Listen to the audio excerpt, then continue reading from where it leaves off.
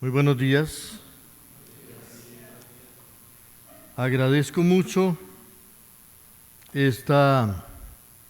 invitación y una vez más la hospitalidad de la Universidad de Ibagué para participar en este diálogo que para mí es muy importante y muy estimulante sobre estos temas de urgente, de palpitante actualidad de nuestra realidad y de nuestra historia. Hace unas semanas yo escribí un texto que se llama Lo que falta en La Habana, que publiqué en el diario El Espectador, y invitado por los queridos amigos de Ibagué a participar en este acto, he querido darle, por decirle así, un desarrollo a ese texto para introducir este diálogo, ¿no? Al que he llamado La paz y el territorio, una mirada desde el Tolima, la tierra donde comenzó el conflicto. Pareciera que por primera vez en 50 años la dirigencia colombiana ha tomado la decisión de enfrentar uno de los grandes males de la nación, de superar políticamente por lo menos la maldición de una guerra que se fue convirtiendo para el país en una fuente múltiple de degradación social y moral. Estoy seguro de que no lo hace porque le preocupe mucho la sociedad, a la que mantuvo siempre en la marginalidad, en la pobreza, en la falta de oportunidades durante décadas, sino tal vez porque ha advertido que de esta decisión dependía su propia supervivencia como casta. En estos momentos es urgente que se abran camino los acuerdos de La Habana, que se firme el armisticio entre los ejércitos, que se dé la desmovilización, la dejación de las armas, la reinserción y la implementación de los acuerdos a que han ido llegando las partes en la mesa de diálogo. Pero yo creo que lo que se abre camino con ello es una oportunidad mayor para la sociedad. Durante demasiado tiempo, la insurgencia ha sido el pretexto del establecimiento colombiano para cerrar el camino a toda crítica y a toda iniciativa social, con el argumento de que se está atentando contra las instituciones y para demorar la modernización y la democratización del país. La precariedad de nuestra democracia nunca ha podido ser superada, porque sobre toda movilización, sobre todo ejercicio crítico ciudadano y sobre toda lucha social, se han proyectado durante mucho tiempo las sombras de la suspicacia, la sospecha de la rebelión. Colombia ha aplazado durante demasiado tiempo su proyecto democrático. Un sistema electoral podrido de clientelismo, un Estado inmovilista que se reelige, una ciudadanía confinada en la pasividad, el acomodamiento, la indiferencia o el rebusque y a menudo forzada a la ilegalidad, un centralismo ciego a la riqueza y a la diversidad del territorio, que dispone de los recursos contra todo equilibrio y contra toda racionalidad, una postración histórica de la agricultura, un colapso del proyecto industrial, un abandono del mercado interno, un sometimiento grotesco a los intereses del mercado mundial sin tratar de salvar ninguna originalidad, ninguna especificidad del territorio, un dar bandazos entre la economía extractiva y la economía mafiosa al compás de los imperativos de las grandes multinacionales legales e ilegales, y en el fondo el omnipresente espectro de todas las violencias. Todo eso revela la larga falta de una ciudadanía vigorosa, comprometida y democrática, que haga valer sus derechos y que exija su lugar en el escenario de la historia. Lo que tenemos ante nuestros ojos no es un desafío para lo que suele llamarse las fuerzas de la oposición,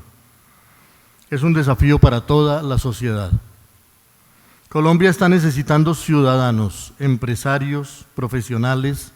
trabajadores, científicos, técnicos, artistas, intelectuales, maestros, que se unan en un proyecto de reinvención del país, de relectura de su naturaleza, de definición de sus oportunidades, de reconstrucción de su memoria y de renovación de su tejido social. Colombia está necesitando descubrirse a sí misma como proyecto histórico, como diálogo nacional, como fuerza social y como interlocutor de la modernidad. Es demasiado evidente que la dirigencia política es muy inferior en este momento a los desafíos que vive nuestra nación, a las exigencias que formula nuestro territorio y a las dinámicas que impone la realidad contemporánea. El mayor aporte, y acaso el único, que puede hacer hoy la dirigencia tradicional al país es el de normalizar el ejercicio de la política y tratar con respeto la marejada de exigencias y de iniciativas que irremediablemente se va a desatar con el final de la guerra y con la desaparición en el horizonte del conflicto armado como límite de la vida social. Lo que van a tener que comprender los que están adelantando los diálogos de paz es que con la destitución de la guerra como principal escenario de la política, todos los que han hecho de la violencia y de la exclusión su instrumento para eternizarse en el poder nacional y local, lo mismo los partidos tradicionales, las guerrillas, los paramilitares y el crimen organizado, van a tener que aceptar otra dinámica social, la irrupción de la comunidad como dueña de las iniciativas y como generadora de las políticas. Lo que quiero afirmar ahora es que los colombianos vamos a vivir los acontecimientos inminentes con una gran libertad. Yo diría que lo que muere no es una guerra, es una época, una manera de entender el país y de manejarlo. Y por eso tal vez los resultados irán mucho más lejos de lo que se proponen los bandos en conflicto. Todos hemos ido viendo que una de las consecuencias no buscadas de este proceso de paz es que la sociedad ha ido perdiendo el miedo, un miedo que nos atenazó durante décadas. Y ahora todo el mundo necesita decir su verdad y las comunidades se están empezando a asumir como dueñas de una dignidad que siempre se les negó. Cuando esta semana el jefe guerrillero Pastor Alape acudió a Bojayá para pedir perdón a la comunidad por la espantosa masacre de hace unos años, tal vez lo más conmovedor fue la dignidad de la gente que lo escuchaba, su silencio, su seriedad, su evidente dolor, la sensación profunda de que las comunidades en Colombia están aprendiendo que en ellas reposa la dignidad de la nación. No es algo que se vaya a lograr por decreto, no es algo que ya exista en todas partes, pero de la manera como vivamos este proceso de paz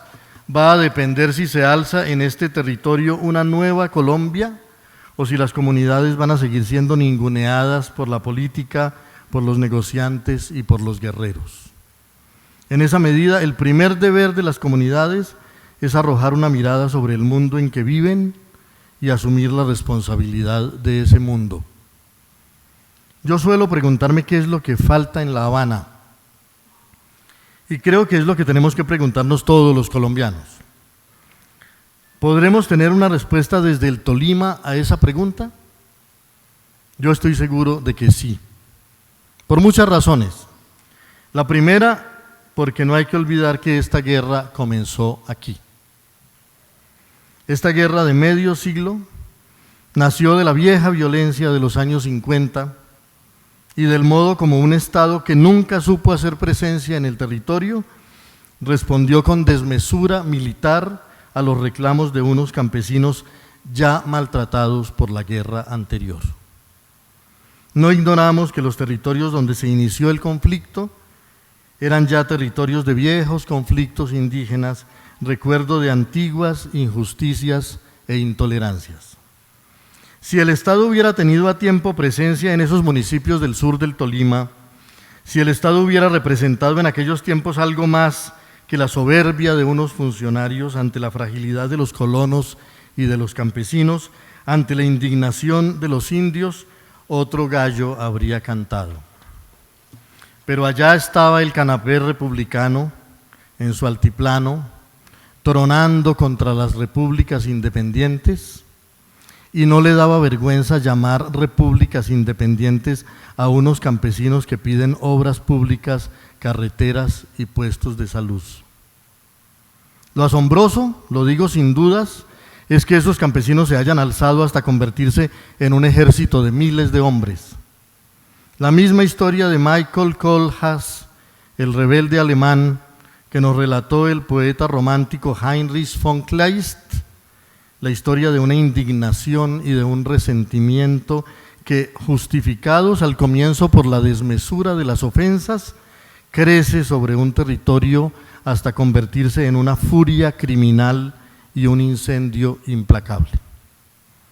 El Estado colombiano obró mal. Los campesinos tolimenses y de la zona cafetera de los años 40 y de los años 50 habían sido muy cruelmente maltratados por el poder. Aquí había habido demasiado sufrimiento, demasiada crueldad y también demasiada irresponsabilidad de los políticos, demasiada codicia de los dueños de la tierra, demasiado desprecio de los poderosos, demasiada insensibilidad de las instituciones para que fuera justo responder a la rebelión con bombas y no con soluciones.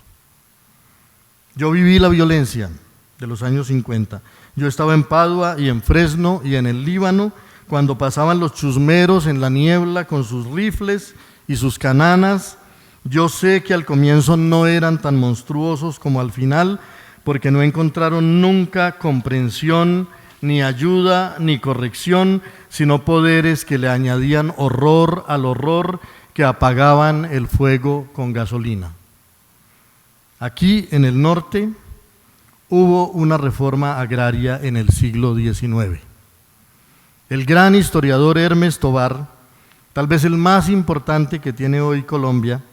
y que es de aquí, de Cajamarca, nos ha enseñado en su importante libro Que nos tengan en cuenta que aquí hubo por un tiempo un Estado responsable en el siglo XIX, que aquí, inspirado todavía por ciertos raudales de la colonia ilustrada, que habían repartido tierras entre los antioqueños desde el siglo XVIII, el gobierno distribuyó predios entre los campesinos en toda la región del Viejo Caldas,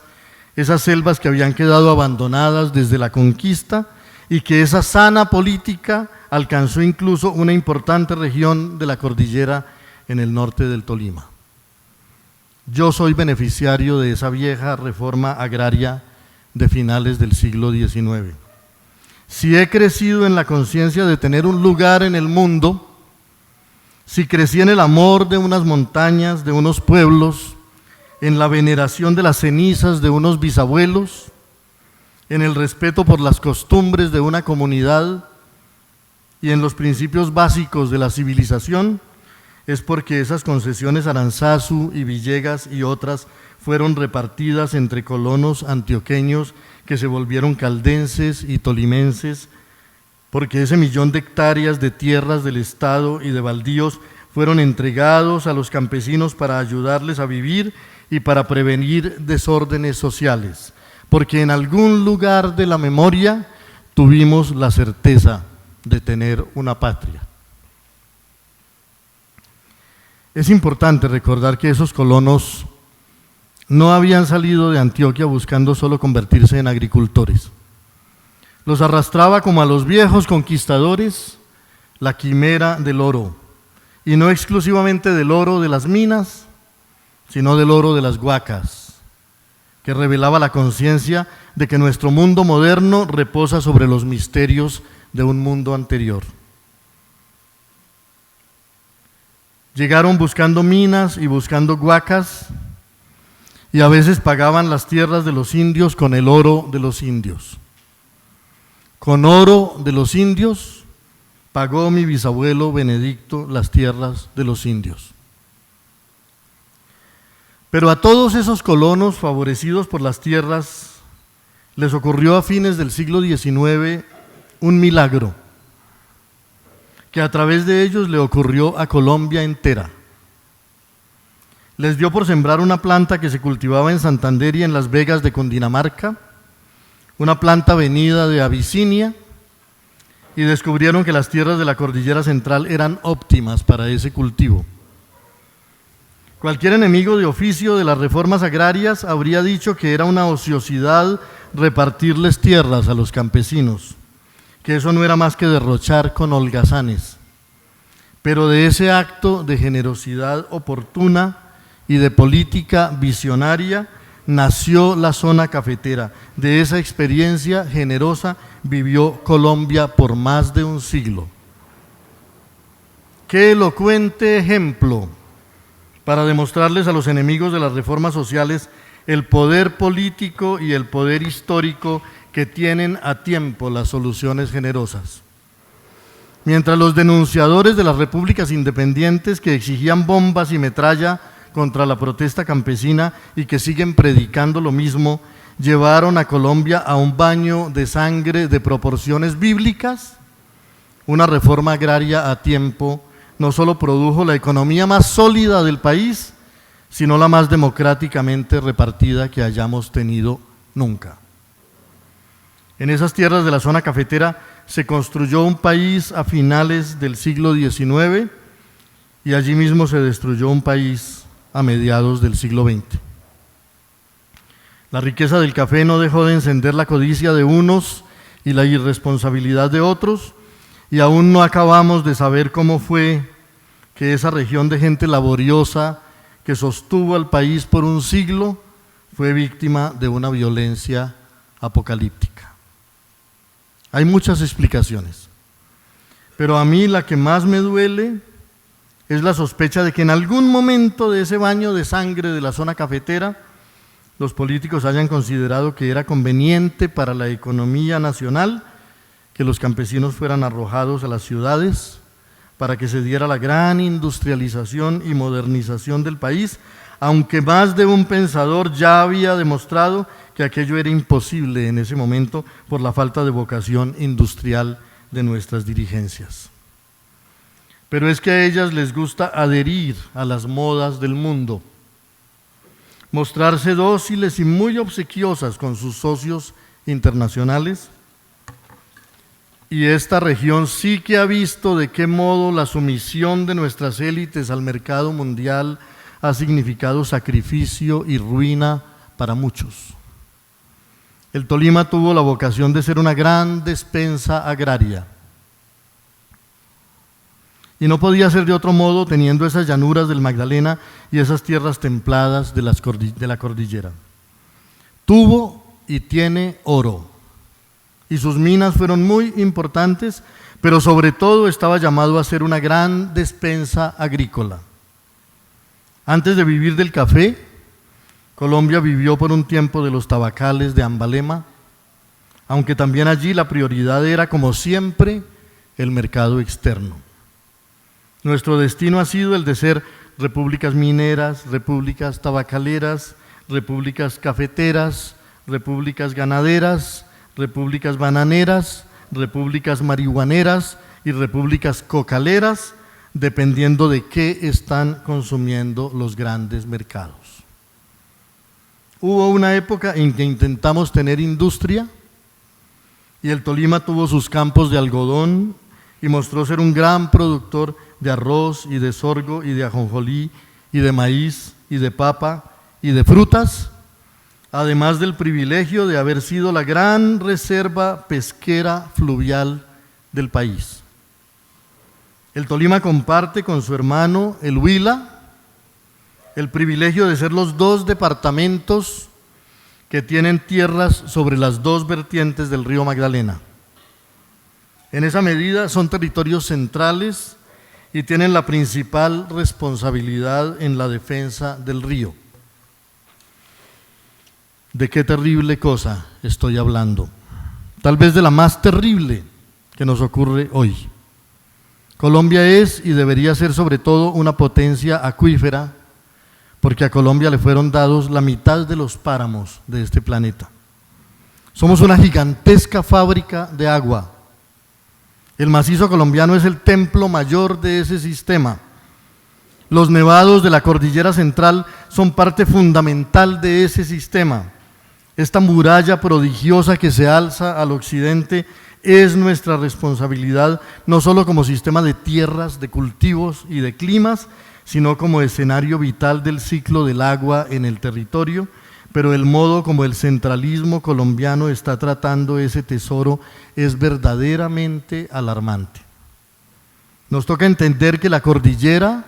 los páramos, las cuencas, los cauces de agua, la llanura y el río no son cosas aisladas, sino partes inseparables de un solo fenómeno. Y por eso es tan triste que haya políticos e instituciones que piensen que se pueden tomar decisiones sobre el río que no consulten a los páramos y a las cuencas, decisiones sobre la cordillera que no consulten al río, decisiones sobre la economía que no consulten la ecología. No parece alarmarnos que esa riqueza pesquera de siglos que llamábamos la subienda haya desaparecido en 2 décadas de un modo tan dramático. Si fuera necesario mostrar algún ejemplo de un manejo apocalíptico de la naturaleza, podríamos mostrar la muerte de la subienda como signo del deterioro de un territorio y de la extenuación de unas reservas vitales. Pero la desaparición de la riqueza pesquera del río es apenas una expresión de algo más profundo, de la destrucción del río mismo. Yo no sé si alguien ha visto el Moán, yo lo he visto. El Moán es el símbolo de todo lo que el río significa. No recursos hidráulicos, no recursos hidroeléctricos, no solo recursos pesqueros, no solo sistemas de riego, no solo bosques madereros de las orillas, no solo la vida de las especies vegetales y animales, las garzas y los cormoranes, los bagres y los capaces, no solo los caimanes que murieron antes que los peces, no solo las canoas y las chalupas, las balsas y las piraguas, no solo los pescadores y sus amadas y sus bohíos, no solo las flautas y las guitarras y los tiples, también el aroma, también la belleza, la noche, la gratitud, el descanso, la esperanza, el amor de unos paisajes, los colores de una vegetación, el agua y el aire, los cuentos y las leyendas y los rezos y los maleficios, la conciencia de que hay algo sagrado en el mundo que no está en cada una de esas cosas, sino en la suma de todas ellas. Que el río no es solo un elemento de la economía y una fuerza de la naturaleza, sino que es un ser,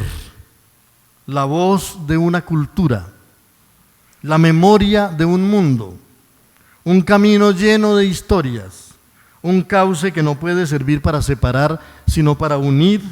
y no solo para unir las orillas, los territorios, sino el pasado con el futuro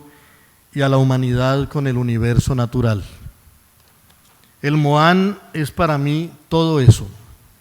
la vida del río, el misterio del río, la magia del río, lo que no es simplemente útil en él, lo que no es solamente lucrativo en él, sino lo que conmueve el corazón, lo que educa la sensibilidad, lo que mueve a la celebración y a la gratitud. Yo llevo años diciéndoles a mis amigos que alguna vez tenemos que convocar a todos los músicos populares de Colombia para que en una noche de luna llena, de extremo a extremo del país, le demos una serenata al río Magdalena. Una serenata que nos permita recordar que el río no es una cosa para utilizar, sino un ser lleno de vida, de belleza y de memoria al que tenemos que proteger, porque protegerlo es proteger el territorio, es proteger a la humanidad que vive en sus orillas, es proteger a sus peces y a sus árboles, es proteger nuestra propia dignidad como habitantes de un mundo y como hijos de una cultura.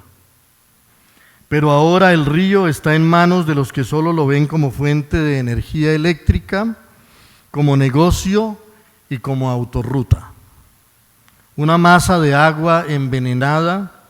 que lleva su cromo y su mercurio, su cianuro y sus sedimentos, que recibe el principal o tal vez el único aporte que la capital de la República le hace al país, que es el veneno del río Bogotá,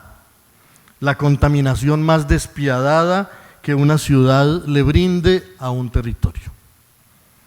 Y es de todas estas cosas de las que tenemos que hablar con respecto al proceso de paz. Porque la paz es hablar de todo esto, porque la paz es responder a todo esto, porque ya por fin en Colombia hemos descubierto que los problemas de nuestro país son los mismos problemas del mundo contemporáneo, que la agenda de Colombia ya coincide plenamente con la agenda del mundo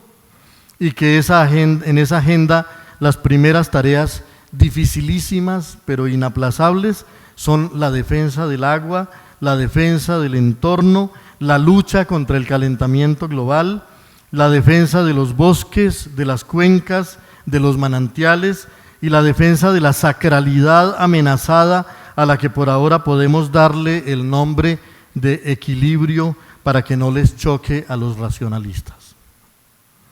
Porque llevamos demasiado tiempo hablando de crecimiento, demasiado tiempo hablando de desarrollo. Y cuanto más hablamos de crecimiento, más acabamos con todo. Y cuanto más hablamos de desarrollo, más perdemos cosas esenciales, de modo que aprovecho que están apenas cerrando sus sesiones en París los encargados de decepcionarnos con la política mundial frente al calentamiento, para decir que la prioridad del equilibrio es la única que podría salvarnos y que una región como el Tolima mucho hará si redefine sus proyectos, sus políticas y sus sueños en la defensa de lo que es esencial y en la formulación de un proyecto económico, social y político verdaderamente responsable, verdaderamente civilizado y verdaderamente democrático. Yo tenía muchas más cosas de qué hablar, pero el problema es que me entusiasmo y el tiempo se acaba. Tenía que hablar de la expedición botánica, que marcó desde muy temprano el rumbo de nuestras posibilidades de investigación y que fue a la vez una gran aventura científica y una gran aventura estética, una de las fuentes de nuestras artes. Tenía que hablar de los caminos, porque el Tolima es una región de grandes caminos históricos, de la ruta de Mutis, de la ruta de Belalcázar, de la ruta de Humboldt, de la ruta de Bolívar, de la ruta continental de Melo, hablar del camino de la Moravia, de la ruta de Quintín Lame, del camino de bueyes entre Manizales y Mariquita, del cable aéreo, del tendido de los ferrocarriles, del frustrado ferrocarril entre Armenia e Ibagué que alcanzó a ser diseñado para pasar sobre la depresión de Calarcá y que fue frustrado por la crisis del año 29, de la arquitectura, de la navegación por el Magdalena, de la casa de los ingleses de Ambalema y de la ciudadela inglesa de Mariquita, de las rutas de la colonización, de los caminos de la violencia, de las sendas de los guerrilleros, de las rutas de la cultura, de las regiones diversas, de la urgente necesidad de un diálogo científico, técnico y cultural entre los diferentes niveles del territorio, ese diálogo a cuya ausencia se debió la tragedia de Armero entre la llanura, las tierras medias y las cumbres nevadas, entre los páramos y las cuencas. Hablar del Tolima como departamento de culturas distintas y hablar incluso de nuestra necesidad de ese mar que no tenemos, pero que es una de nuestras mayores nostalgias. Porque no tenemos el mar, pero todo nos lleva hacia el mar. Así como no tenemos la selva, pero todo nos habla de ella. Así como estamos en el centro del país, pero eso nos obliga a anhelar y a añorar las orillas. Y finalmente tenía que hablar de la música. Pero tal vez es de eso de lo que he estado hablando todo el tiempo, porque el río es música, porque el agua es música, porque los vientos son música, las maderas son música, el amor por la tierra es fuente de música y las violencias y los destierros han sido y son profundos manantiales de música. Pero como apenas estamos comenzando a soñar con esta fiesta de la paz y con sus desafíos, vamos a tener la oportunidad de volver sobre todos estos temas y convertirlos en tareas, en fiesta y en motivo de grandes viajes, grandes retornos, grandes encuentros y de nuevas y hermosas amistades. Muchas gracias.